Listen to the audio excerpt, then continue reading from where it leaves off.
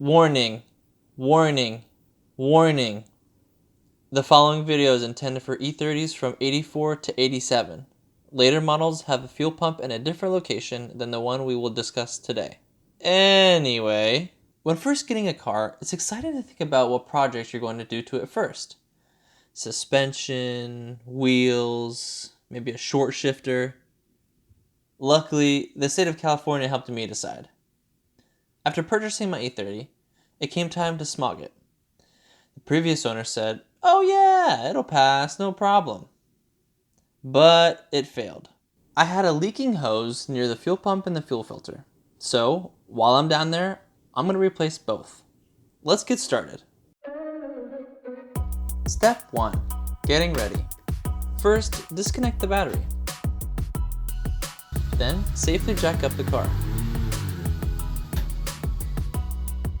Get your handy gloves ready and get a bucket to catch the fuel. Step 2. Remove the cover. Underneath the car in front of the driver's side rear wheel, you will see this cover. It's held on by 3 things. 1 screw and 2 nuts, which are both 10mm.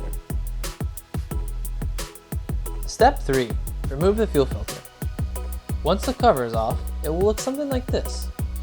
This is the fuel filter, and this is the fuel pump. First, loosen these clamps to wiggle the filter out of place. Then, loosen the hose clamps. Be careful though, because fuel will want to spew out. You should inspect all hose clamps and consider replacing the ones that are worn. For me, I'm replacing all of them.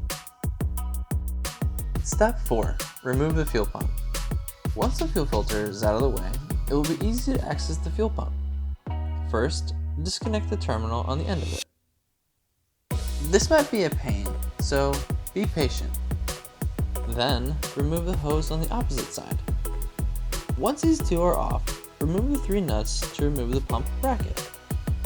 Once it's off and out of the car, it will be simple to slip out the old one.